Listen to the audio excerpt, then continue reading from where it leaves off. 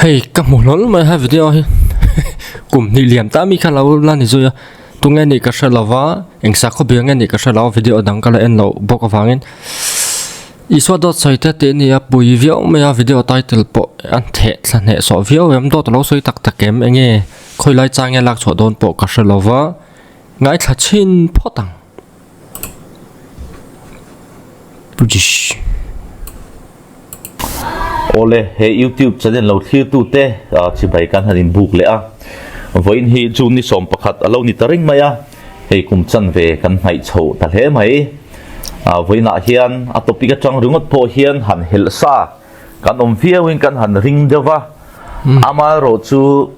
lo en chun zom zel ula adik ve loi si ani voina hian I suwa dot soite ti kan soi ho do na he hi tun din huna kan han mu thei chin te mai ani a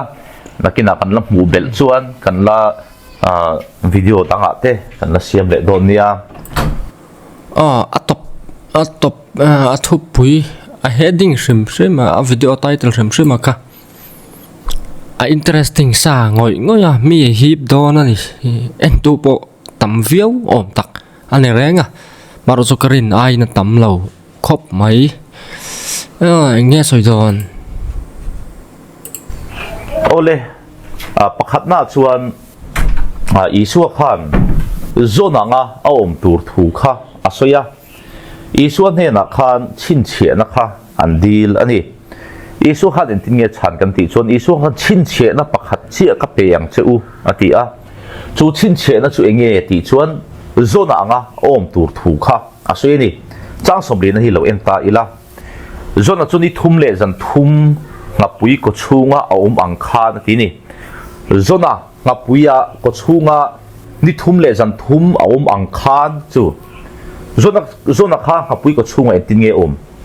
khatiang khan isua hi ke hi ko om ve don ani ati ni aum ang khan mi hring fa pa hi ni thum le zan thum le chunga om bok don ani ati ni zona ang che khan mi hring fa pa po hi ni thum le zan thum le chunga om bok do na ti ati ni zono om ang khan mi hring fa pa po hi om do na ni ati ni chu ani chuan zona chu eng tin nge om ni thum le zan thum hapui ko chunga om khan eng tin nge om kan ti chuan athi lawani adamani pathian ne na po tong trai ani chu zono om da na ni ani isua kha zona ang hian om ve em tu nghe một om ve lawani isua ro chu athi ani chu ti ni chon isua hian dot a soi chiang viau lo em ni a then khat chuan ni thum om lampang hi ani an ti mai the ni thum hian makna nei lo zona kha ni thum hapui ko chunga thi se makna nei lo thi om reng ani tuifol na salu tukan pai thak khan thi tu rang ai ni a thi lo kha makna ni Isuero khosan khen be khan thi om reng ani ana ka fe nan chuna a thi chiang ani thi lo ta se amak don lo mi thi om reng ngai thi lo hin ni lo mi mak zona te ang hi chu wang chuan zona ang hian iso hi omem kan ti chuan zona ang hian iso hi om lo ti hi thil chiang takani chu wang chuan he chang hi isu na soi nge ni chuan isu hian dot a soi lo kan ti lo thei lo ni pani na kan enang hei hi ke phei chu no om zia hello isu soi hi a se lawang he po hi a boy thak ma thil soi sel tur le engemo soi sel ngor tur te criticize tur po hian fin warang ai khom ma thil chiar tamanga thil riat jaw to po nga ya critics ni tur chuan angai renga antiran bible shimrima po hian textual criticism ti te a oma textual critics ten om hi ami kamak shalo chuan tu ta literature pon sa biblical literature ni mo hindu ho le khabu ni mo islam ho ni mo tu te sa khuwa po ni se fin war ma sa ngai ni lama tia chiara ma ni ngai dan thil dang om lo lung thu to chana thil dang om re tập chak theory lúc tục mấy thil hàn soi chu phủ lâu lấy mà tôi đã bắt chân chăn này là anh mà ông giết sao anh let xin là tôi nó Bible trang lạc số bốc fin var về đâu anh ai anh ấy nó tất cả chọn khó vel thil tất cả bao hiền fin var về đâu hiện đủ thì na min Bible te hi a philosophy zong ten a scientific zong ten aron counter khan aron counter chang oma chu tia nga po chon lo defend lo chang ve tu chon philosophy thiam lo chon har ni angai nom lo to pa science thiam ve lo chon scientific taka chan thak ngai nom lo reng chu wang tak chon ania i khovel thil taka po hian thiam na enge mo chu nei hi angai khop maya tu na po han an lo hai ang ti hi horop puin kan ti horop lian bi kin ron da nge kan hu nga tro enge so soi hi ti kha hi hian ati chiang a chan chu simile ani ti na ni simile chu nge thil pani in an na kha ang yang ti dung thol ti te mangin an kan khai khin thri na mi zo tonga chuan sap tonga te chuan like as te pon nga chút tiếng chọn chỉ sáng sáng anh mang anh đi bồi anh man đàn sáng sáng anh này do na ang khan đón thì na anh reng lo va simili gì sẽ lo vàng mấy anh nè anh ấy son soi Pharisee tan chin chen anh đi là ti chuan do na chun đi thum lại dần thum hấp bụi có chung ang khan mishing fa pahin thum le zan thum lei chunga om bok don ni ka thi ang ka damang ti kha asoi lo rema zona ang khan ka nuang nga ka tong trai bu kong ti lama soi lo isuan zona ne nani an in an na pathian ni na chin che na pek asoi chu se simili manga asoi chu ni thum le zan thum zona lei ko chunga ngapui ko chunga om ang khan ke po lei ko chunga kom don ani chu lai tak chu isu la zona in an na assimilize lai tak chu ani zok ka mai han hriat lo ka chu le ka chiar ngai lo thom no ni hian ka ria ke chuan ai Bible sim chu ang po lo ni ro se za po za thlakin ka ria ka tiang po hrelowa mi su adot soi han ti thor chu ten biblical literature te le background context engemo a om thina thil reng a hian Bible a hian pathum hi amak na om lo te ti amak ka zong kan soi chun ni amak viau na chu om lem lo i thil makan ran pa lo pathum ka Bible a hian number pathum ta number pasari ta engemo hi fam kim na entir na ani a pathian number tia soi thin po ni a chung te chu hriat tur ni a biblical number ti te ka Bible glossary te po om garing tat mizo Bible te po han keu vesela ni thum china enge thleng thin pathian in lar thin mo se po thum thu ru ka ni a sinai tlang tlan nu pon thum nu in lara an ne na chon te ka tiang tin Israel tha tuan puipa te po Abraham Isaac Jacob pathum te khan akal zela chuan thum ti te chu van pathian number ni a fam kim na entir na la thil kha ani tur ang ani vek na a fam kim na thil in siam that hun bi fam kim entir na nia pathum hi Bible a rim chon literature danga entir na Buddhism lama am khoyamo a chon an mang ve kherlo mai theye ma se Bible a chuan ani tlat complete period emo wholeness ti na emo ani ti hi hriat hrim ta ila a thang ti te kha ka ril ro ma Bible dictionary ama Bible glossary hrim po khan an la chiang ma yang ti am mol mang de ma he khu ta Palestina an nun dan te an cha khobiak dan le an nam dan be chana an zia hi hrim he ti lai lo chiara mizo nun dan te le ma ningai dana lo khai rual tur ni reng lova eng soina ngen man ti te hria ta tula Bible thu hi pathian thu ni le ni lo chu eng po ni ro se am thil soi hian enge am zian nei an ma ni a soi tu te a khang lai hunan nam te a khan enge am zian nei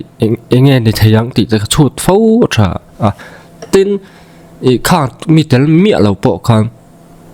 simili hriat chuan alang tlang sa vek ani em bọn này rõ se hồi dìm thạc thì đó nghe lại cả thiềm lậu thạc nghe cái làว่าmol là rau pui tắc nên cái gì pui ba trong cầm hẳn hỏi là mol là level sáng khop mày thì hít thil chiang tắc này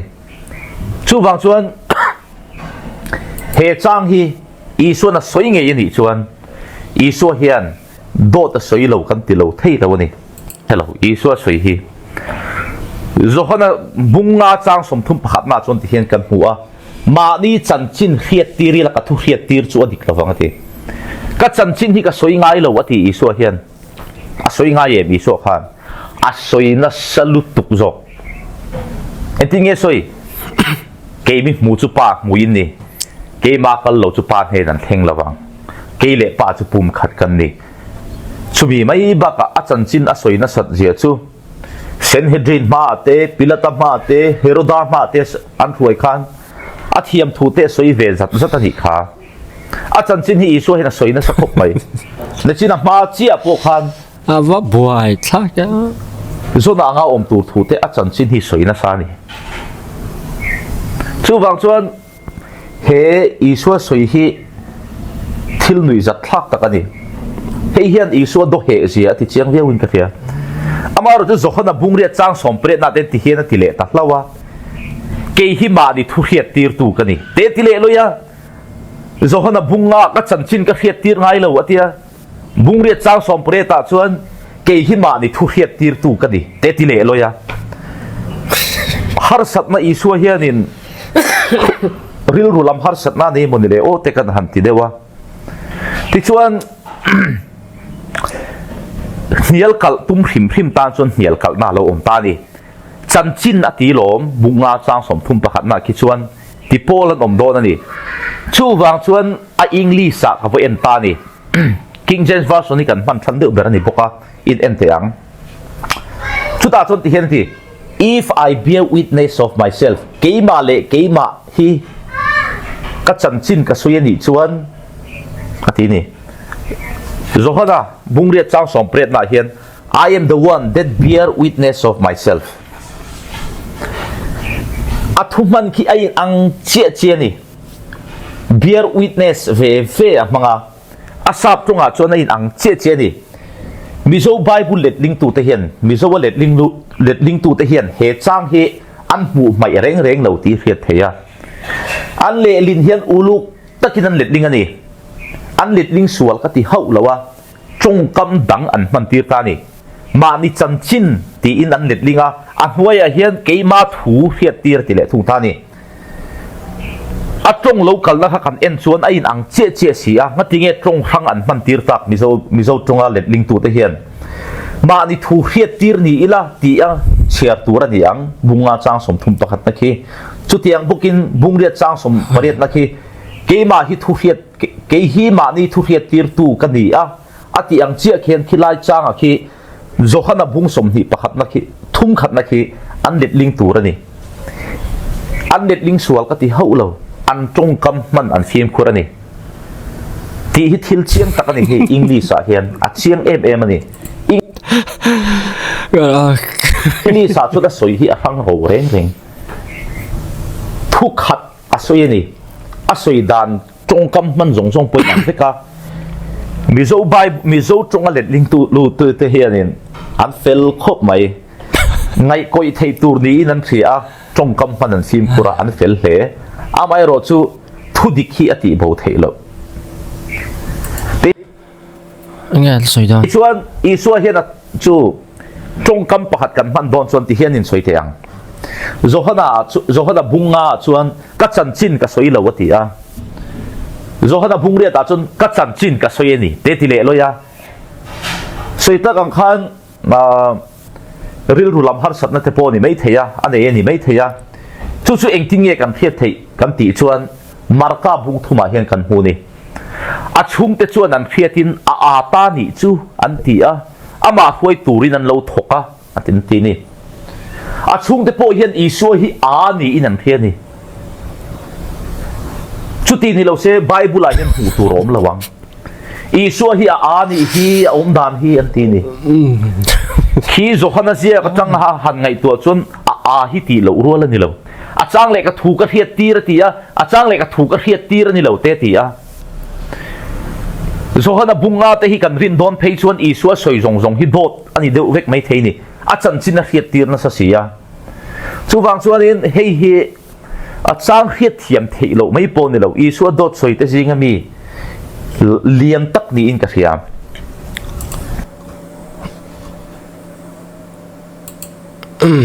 nia cái soi khan chen kan sẽ thiam lo re ngang tun he video siam to hian sẽ thiam ngai nom lova sẽ thiam tur na zir bok lova ti cái hian Quran chan chin soi don in la ka chiara ka hriat dan ka chiara nga ti chuan ka chiar nuwa ka hriat dan in soi tai la a him lo ngutang a chan chu en in zir tir dan te an background ta la enge om ti khak pakhat ma ka hriat lo chuan ti tu thon mi thon thu pho chopo ni sela soi sual nok a ol don lu tuka ka dem chi lo ve bok ta chon a zir lo ve le a pong pa nial to mani lo chon bible hi a soi chiat atum ve shim emo a ho ve shim emo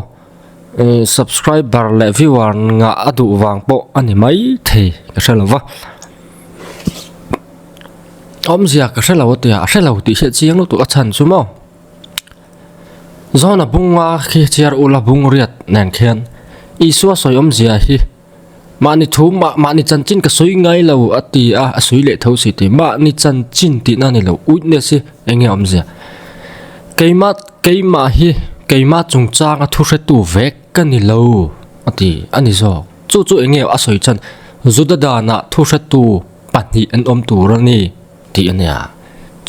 chu mi background chu ni a chu wang chon e suan zo hana bunga hian kei hi keima chung changa thu hret tu midang tel mia lawa ma ni uitne sa trang kani lawa atia ti chuan bung re chang som pariata chu thu ve ka chu soinon la in keima chau kani lawa keile kapa chu ka chung changa thu hret tu kani a chu zu dan angin uitnes pani alo ni ta keima hi ka chung chang witness pakhat ka ni a ka ba nen pani chu context le a om zia chu ne ka tiang fail a har salo ni ra khami ringot kha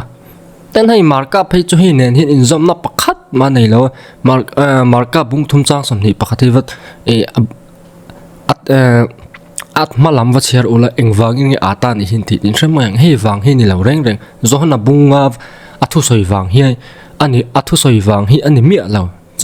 hey bible changlak chho du dan tai kan ra thiam chu wang chon a hlo om khop maya mi sa khwala zirtina kan be du ni po hian tlem bright deuh le changkang deuh lek zok ati dana oma om zine soi dana oma bible la hian contradiction ta discrepancies ta kan zong du ani chuan heng aya changkang hi atam khop mai hei cho thing lo tuka level rim bo he kan ti dot te ang hoi do na soi boka chu wang chuan mi tho dik ko mu kan tuma mi sa kho zirti na te the thaka phe tho kan tuma ni chuan a khovel thila tak po hian finwara hriat zawa chiar tam te hi atul ve ti hi ria ila thakop ani lo chuan amang an thak he tiang level hi chu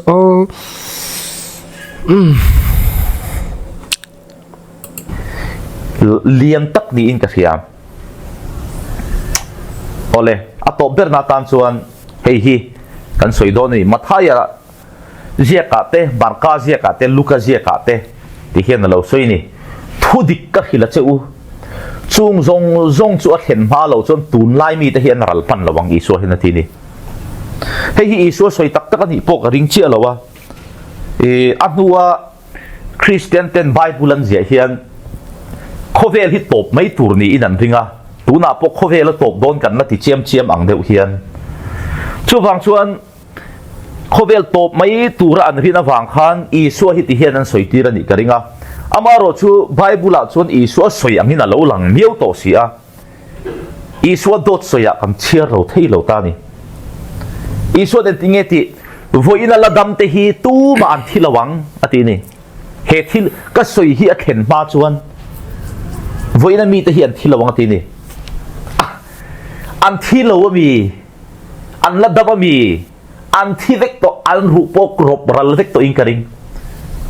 ani an lo dam ru khiaw em mi I so soi te khi a oi om lo lutuk fiam thu but bung thum chang so mang ve la ni an dam thu hi kan thengai lo dam ni se thil makaniang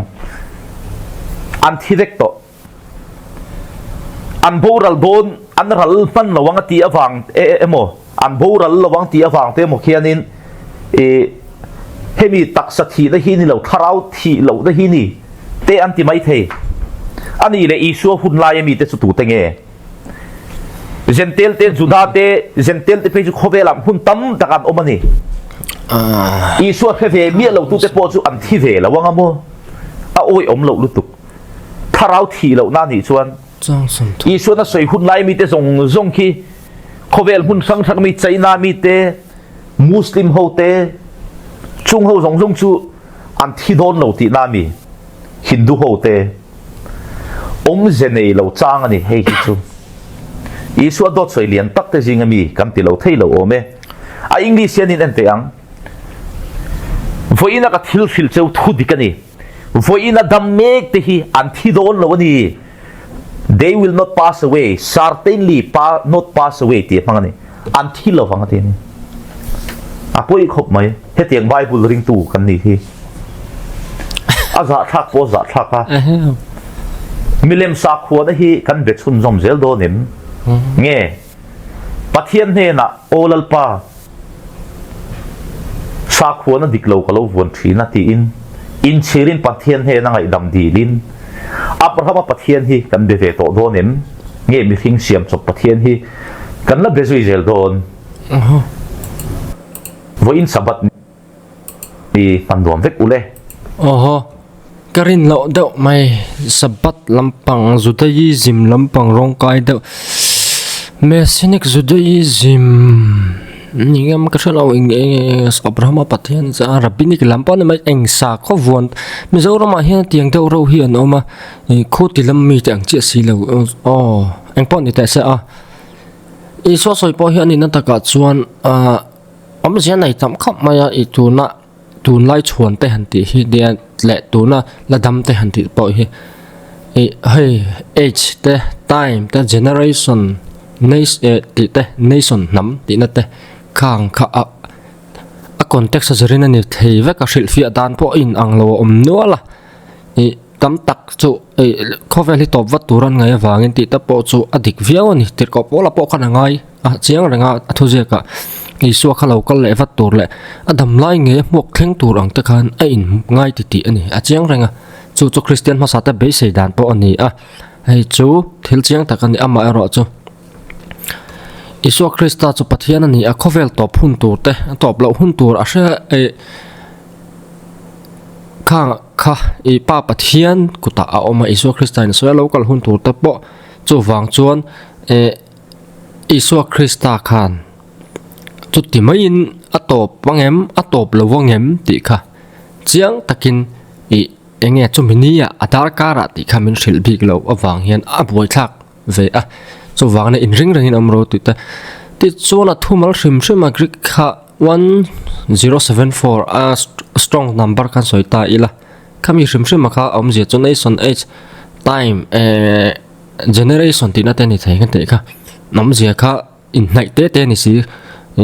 enge mo context nei dewa sang viau si kha ani loi box si harsa a te chon bible commentary te han anila shil fi dain anglawa apom bernia an soi chu chi nam nei son soina hi ani anti oi bera chan chu iso krista khan heng hi athan kim malo chon heb rai ho heng chi te ti kha a context sa chon tu tange juda ho ani a soi zel kha heb rai ho kha chu wang chuan chanchin thama thai ziak ta hi juda ho ne na zia juda ho ne na thona ni anti kha chu wangin khang te hreila eng mo han chui khan chu ni yang ti po chiang takin arin thaya tin a context a chiang boka te chuan kovel top ma thil thleng tur le eng mo asoi hawa kha heb rai ho hi khang a thlen zo ma ka chuan an nam hi aral lawanga andam kho chuak zelang an ding kho chuak zelang ti na ni don ta chulai taka chu ni a hril fia na in ang lo tam tak om thina bible chang pakhat do ro po chu wang do to soi ti pu na chi ni lawa I om ze chiang mang lo I hril fia shep po rim dan tur ber hrian mang lo ta po hi a ma pathian thuro puina tak po ni hi chu wangin do to soi ti zonga choi chi ni lawa an kan thu soi kha a chiang lo emo I a kan soi tak kha alo ngoi thatu tanan man fu lo hril fia na dang lo om ve thei bok khang ta khat ani ve a riat a thakop ma do soi ti in pu chi hin reng lo wa an ladam em an thivek to ti vel chu wang chuan nge hril long thil ania prophetic sermon rong kai ani tu na mi po kha eng huna nge thlenang a hriat me lo prophetic literature takin han thlir taila chu wang chuan heng ta hi hoi do soi chi pon lawa Mizorama kan oma tra tu te mo thu zia ta kan siara Christian na ban sana thu zia koi tak Christian sa ko be na te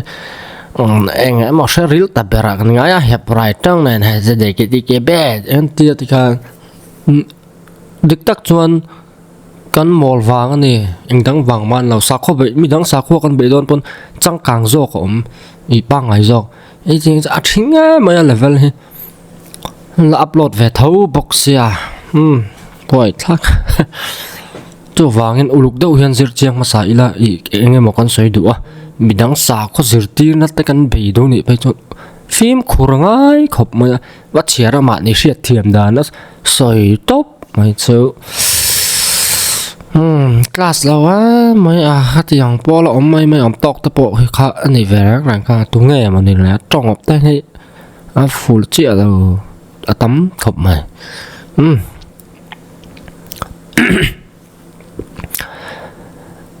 uluk zo ka zirangai ani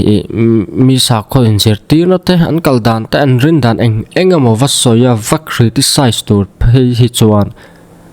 uluk to zir sakma sakatul khop maya ani lo wakatiat ma ne hriat thiam dan an soi top mai kha chu a fulo a mol thak ka ti khop mai ki chu ti don ta ila tiang hin ka ti ka ring lo re anh po ni sa thave reng